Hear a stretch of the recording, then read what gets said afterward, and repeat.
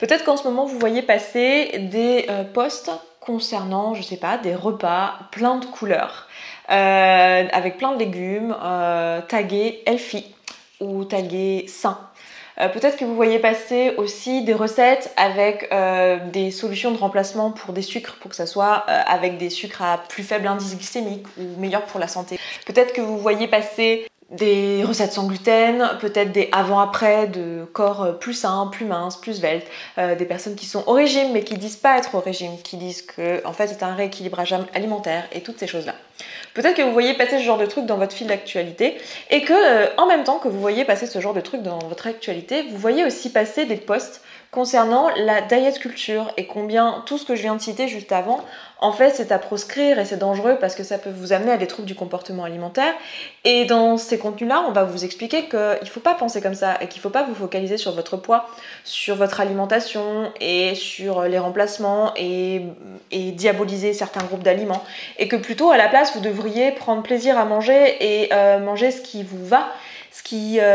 vous fait plaisir, manger à votre faim, vous arrêtez quand vous avez plus faim, mais manger quand vous avez faim, ne pas vous priver, et puis profiter de la vie et vous faire plaisir, et que ça soit pas un problème pour vous et que vous arrêtiez de culpabiliser à propos de ça. Et vous avez ces deux choses-là qui passent dans votre fil d'actualité, et en même temps, vous, ce matin, vous êtes regardé dans la glace, et vous vous êtes culpabilisé de vous trouver moche, de vous trouver grosse, de vous trouver pas assez ci ou trop ça. Parce qu'on vous a expliqué que en fait vous devriez pas penser ça et que vous devriez plutôt apprendre à vous aimer et manger sainement mais pas en contrôlant, juste suivre vos sensations de faim et satiété et que tout ira bien. Et en fait en pratique vous y arrivez pas. Et que vous, ce matin, vous n'êtes pas trouvée belle. Et hier, toute la journée, vous avez passé votre temps à penser à un muffin et ça vous a pris la tête. Concrètement, ça vous a pris tout votre espace mental et vous avez fini par le manger ce muffin. Oui, parce qu'on vous a dit il faut se faire plaisir, etc. Vous l'avez fait, sauf que vous avez du mal à en manger qu'un et que quand vous l'avez fait, vous êtes culpabilisé après coup. Et vous êtes même culpabilisé de vous culpabiliser parce que ça serait de la grossophobie internalisée, c'est pas bien. Voilà où on en est. Aujourd'hui, on va se parler de tout ça. On va se parler de diet culture, on va se parler de grossophobie internalisée, on va se parler de sexisme internalisé parce que ça va avec. Et j'ai envie de vous parler de comment ce que je vous propose ici, ça se place dans tout ça et quelles solutions je vois à ces problématiques-là qui sont bien réelles.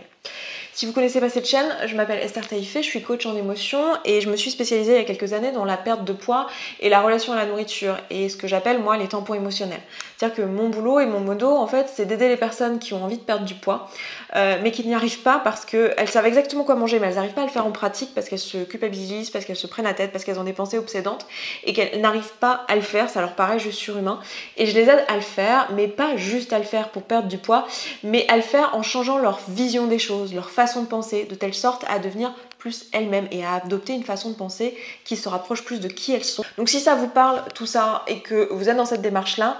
n'hésitez pas à vous abonner. Il y a une vidéo qui sort tous les lundis sur cette chaîne. Il y en a aussi pas mal si vous venez d'arriver là-dessus. N'hésitez pas à aller regarder un petit peu le contenu que je vous propose.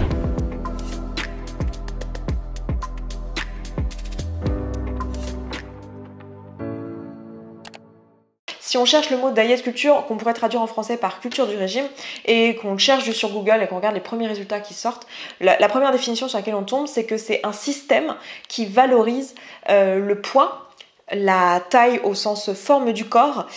et la taille au sens taille de vêtements, plutôt que la santé et le bien-être.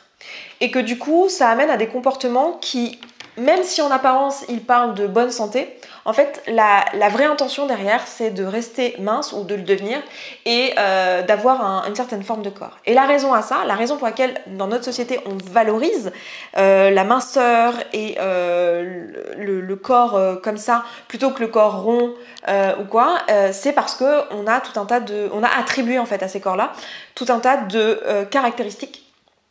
morales. On a attribué, c'est ce qu'on appelle la grossophobie, on a attribué à la minceur, on a attribué la beauté, le succès, le fait d'être en maîtrise de sa vie, de son existence, le fait d'être sain d'esprit, mais aussi dans son corps, et voilà, on y a attribué tout un tas de choses, le bonheur aussi. Beaucoup de personnes viennent vers moi et pensent qu'en perdant du poids, elles vont devenir heureuses à cause de ça. Et au contraire, à l'obésité et au surpoids, on y a associé des caractéristiques comme la fainéantise, comme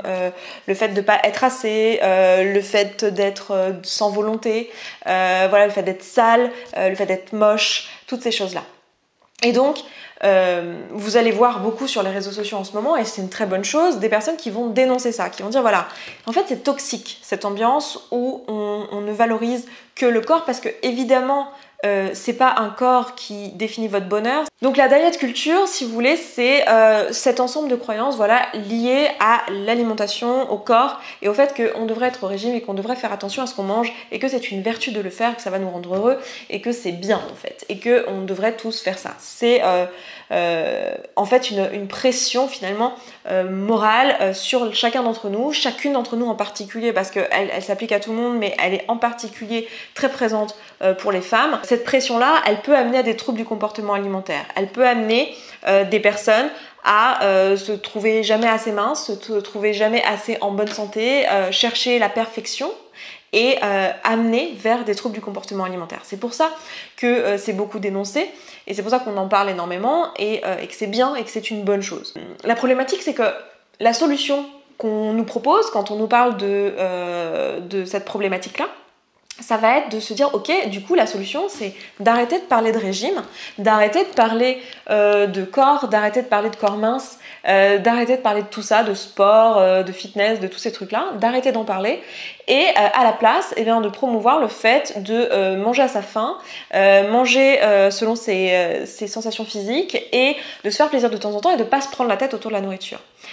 Le problème, c'est que en pratique, la plupart d'entre nous, on n'arrive pas à faire ça en fait. La plupart d'entre vous, quand vous venez vers moi, c'est vraiment ce à quoi vous aspirez. Vous n'aspirez pas dans votre vie à une vie qui est faite de régime, de frustration et de contrôle. Vous aspirez à une vie où en fait vous pouvez manger à votre faim, vous arrêter quand vous avez plus faim, vous faire plaisir quand vous en avez envie, ne pas vous regarder dans le miroir et vous trouver moche et grosse quel que soit le corps que vous avez. Vous aspirez à ça. Le truc, c'est que vous n'y arrivez pas. Du coup, cette réponse là, enfin en fait elle apporte pas de solution. Ce constat et la solution qui est apportée, en fait elle dit pas le comment, c'est pas une solution en fait de dire bah juste prenez-vous pas la tête. Bah oui, mais comment je fais en pratique? Et en fait ça oublie tout un pan qui est réel et qui est vraiment problématique, c'est que la raison pour laquelle il y a énormément de personnes qui sont en obésité et qui sont en mauvaise santé en obésité, c'est que l'alimentation et le mode de vie qu'on a aujourd'hui, liés justement aux produits industriels qui sont souvent diabolisés par la diet culture, liés aux sucres raffinés qui sont aussi diabolisés par la diet culture, et ben en fait il y a une vraie réalité derrière ça qui est que ces produits-là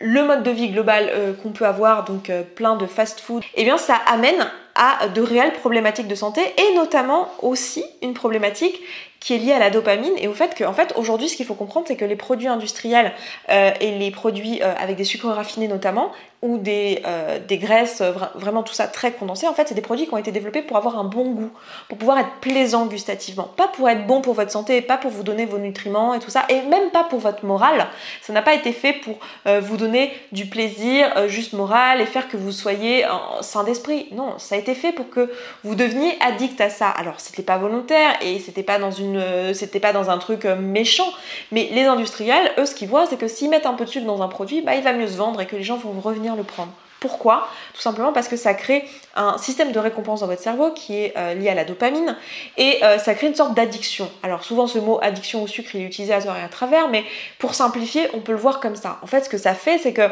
vous allez avoir tendance, si vous mangez des choses sucrées, et vous l'avez sûrement remarqué, si vous commencez à manger du sucré ou du très salé ou du très gras, vous avez beaucoup plus de mal à vous arrêter et à écouter vos sensations physiques que lorsque vous mangez des aliments dits sains, c'est-à-dire des aliments qui sont appelés par la diet culture sains, comme des fruits, des légumes. C'est beaucoup plus difficile de ne pas suivre ces sensations physiques quand on mange des brocolis que quand on mange du Nutella. Et pourtant, et ça n'a rien à voir avec le fait de diaboliser le Nutella ou de mettre sur un piédestal le brocoli. C'est juste factuellement vrai, c'est factuellement ce qui se passe dans votre corps. Du coup, ça va être hyper compliqué étant donné ce qui nous est dit en fait de juste faire la part des choses et de se dire ok, il y a une part quand même réel qui est que certains aliments n'amènent pas à de la bonne santé et que ça nous amène à avoir des comportements un peu obsessionnels par rapport à certains aliments parce que bah oui les sucres raffinés et l'indice glycémique des sucres raffinés a un certain effet sur le corps et je vous ai même pas parlé aussi de l'effet sur l'insuline et du coup le fait que ça fait prendre du poids et c'est mécanique en fait, c'est juste biologique, il n'y a pas de pression sociale derrière ça, c'est juste factuellement, scientifiquement c'est ce qui se passe en fait quand on mange des sucres raffinés, bah, on a un fort appel à la dopamine après, donc on a une récompense forte, on a envie d'en manger plus et on a une forte levée d'insuline et ça fait stocker des graisses. Point. Si moi je veux à terme vivre en suivant mes sensations physiques et en me prenant pas la tête avec le poids et en me prenant pas la tête avec la nourriture, va pas falloir que je rejette totalement tout ce qui est régime, tout ce qui est mettre de l'attention sur mon alimentation. Parce que si je le rejette totalement, en fait, je vais pas me libérer de ça en fait. Je vais pas me libérer de ça parce que je peux pas m'affranchir du fait que mon corps fonctionne d'une certaine manière et que oui, si malgré moi, sans le vouloir, j'ai mangé pendant des années beaucoup de choses transformées, beaucoup de produits raffinés, beaucoup de sucre et toutes ces choses-là, même si je suis pas en obésité par exemple et que je n'ai pas de problème de santé lié à mon obésité potentielle, ouais, ça peut être compliqué pour moi de juste manger quand ça me fait plaisir et manger à ma faim parce que l'alimentation que j'ai eue n'était pas saine. Et c'est pas que je veux diaboliser l'alimentation quand je vous dis ça, c'est juste que c'est une réalité pour le corps. Donc ça va être là que ça va être intéressant et difficile pour la plupart d'entre nous de faire la part des choses, de se dire ok, qu'est-ce qui est de l'ordre de diaboliser les aliments et qui est de l'ordre de la diet culture, où là ça peut être toxique parce que j'ai des interdits, j'ai des autorisés et j'ai des pensées avec qui vont dans le sens de ça c'est bien et ça c'est mal. Et du coup, ça ne me correspond pas et ça ne me rend pas heureux de penser comme ça. Et qu'est-ce qui est de l'ordre de ok,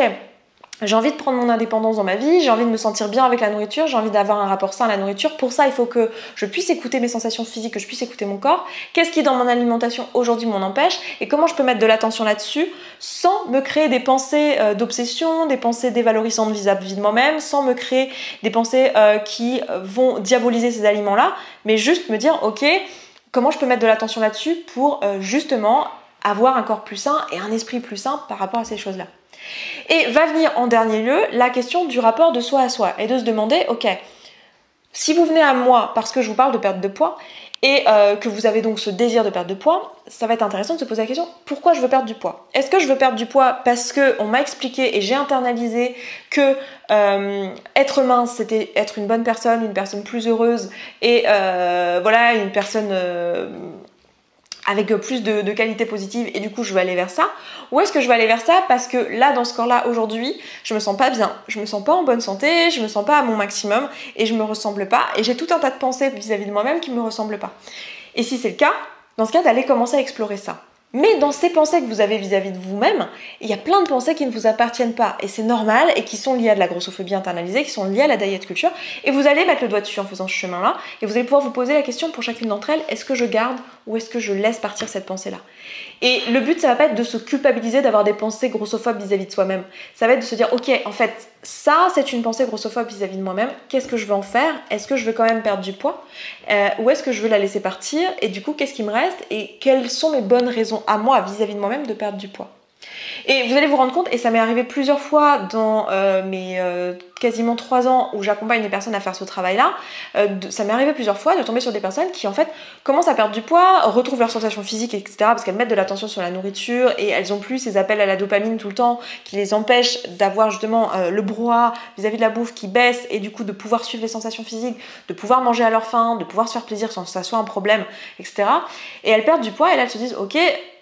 je sais même plus en fait pourquoi je voudrais perdre davantage de poids. Et elles se rendent compte qu'en fait, les raisons qu'elles avaient au départ, c'était des raisons qui étaient liées plus à de la grossophobie internalisée que réellement leurs vraies aspirations. Et là, ça va être super intéressant de du coup y prêter attention et de s'assurer que sur le chemin, quand on fait ce travail-là, on le fait bien pour soi. Mais ça va pas être complètement le cas en fait. Et c'est là que j'ai envie de mettre un point aussi là-dessus, c'est que ce sera jamais totalement le cas. C'est-à-dire qu'en fait, pour s'assurer qu'on fait les choses vraiment pour soi, parce que nous, on pense ces choses-là et pas à cause de la société, il faudrait qu'on soit capable de s'extraire de cette société. Et c'est juste pas possible en fait. La grossophobie, le sexisme, la diet culture, c'est des choses qui sont systémiques, c'est des choses qui sont globalisées. Bien sûr que vous êtes influencé par ça. Maintenant, la question, ça va être plutôt de vous dire, ok, je suis forcément influencé par ça, mais est-ce que je suis d'accord avec cette influence et est-ce que je veux ces changements-là, est-ce que je me souhaite ces changements-là pour moi-même ou est-ce que là je suis en train de me sentir pressurisée vis-à-vis d'un truc et qu'en fait c'est pas mon réel désir. De la même manière que moi aujourd'hui je suis une femme qui me maquille, qui a les cheveux plutôt longs, moi je me sens moi comme ça, je me regarde dans la glace, je me trouve jolie comme ça et on pourrait dire oui effectivement j'ai été pressurisée, que j'ai appris depuis enfant qu'une fille ça devait pas avoir la tête rasée et qu'une fille ça devait se maquiller, très probablement. Et j'en ai conscience. La question c'est est-ce qu'aujourd'hui je choisis de me maquiller, oui ou non? Et En le faisant, je me dis pas que je m'extrais totalement du système et que je subis pas le sexisme. Non, très probablement que ça fait partie des raisons, enfin que la raison pour laquelle j'ai pensé à me maquiller la première fois, c'est parce que je suis une femme et parce que j'ai grandi dans un environnement où on m'a expliqué ce qu'il fallait faire en tant que femme. Mais j'accepte ça parce que ça ne me pose pas de problème dans mon quotidien, je me sens pas déshumanisée en faisant ça, je me sens pas non moi-même, j'ai pas l'impression de me trahir ou ça me rend pas malheureuse. Du coup, je décide de le faire et au contraire, ça m'apporte de la joie et je me sens bien comme ça. Et bien pour le poids, ça va être exactement la même chose. Posez-vous la question, est-ce que vous êtes ok avec les raisons qui vous poussent à perdre du poids? Assurez-vous que vous n'êtes pas en train de vous raconter des histoires, par exemple, notamment à votre santé, par rapport à votre santé, en vous disant que vous le faites pour votre santé, alors que en fait c'est juste la diet culture qui vous pousse à croire qu'un corps plus mince sera forcément en meilleure santé. Assurez-vous que vous êtes d'accord avec les raisons qui vous amènent à faire ça. Mais si vous êtes d'accord avec les raisons qui vous amènent à faire ça, vous avez tout à fait le droit de faire quelque chose qui pourtant va dans le sens d'un truc qui est pointé du doigt. Et tant que vous savez pourquoi vous le faites. C'était une vidéo un peu difficile à faire, donc je sais pas si j'ai été totalement claire, j'espère que c'est le cas. S'il y a des domaines, des questions sur lesquelles je vous ai pas semblé claire, n'hésitez pas à me poser la question, on pourra s'en parler ensemble. J'ai envie de vous conseiller une vidéo que j'ai faite hier sur mon autre chaîne, où je vous parle de la problématique, des problèmes individuels versus des problèmes systémiques, et de combien on ne peut pas à échelle individuelle s'extraire des problèmes systémiques. Je trouve que ça rejoint un peu ce que je dis aujourd'hui, donc voilà, je vous recommande cette vidéo si vous l'avez pas vue. J'ai oublié de le dire lorsque j'ai filmé la vidéo, mais vous avez dans la barre d'infos accès à un programme gratuit qui est en fait un enregistrement d'un atelier que j'avais fait il y a 2 ans, je crois, quelque chose comme ça, et dans lequel je traite toutes ces problématiques là liées à l'identité, liées à l'environnement social, et où on commence à faire ce travail de fond, d'aller lever toutes les croyances qu'on a à propos de soi, etc. Donc si c'est un travail que vous avez envie de faire et que vous avez envie d'entamer cette démarche avec nous, n'hésitez pas à juste vous inscrire au programme, à le suivre en ligne, et puis ça vous donnera, je pense, pas mal d'éléments de réponse. Donc rendez-vous là-bas. Donc voilà, je m'arrête là pour aujourd'hui, je vous embrasse, je vous souhaite une très belle journée et je vous dis à très vite. Ciao ciao.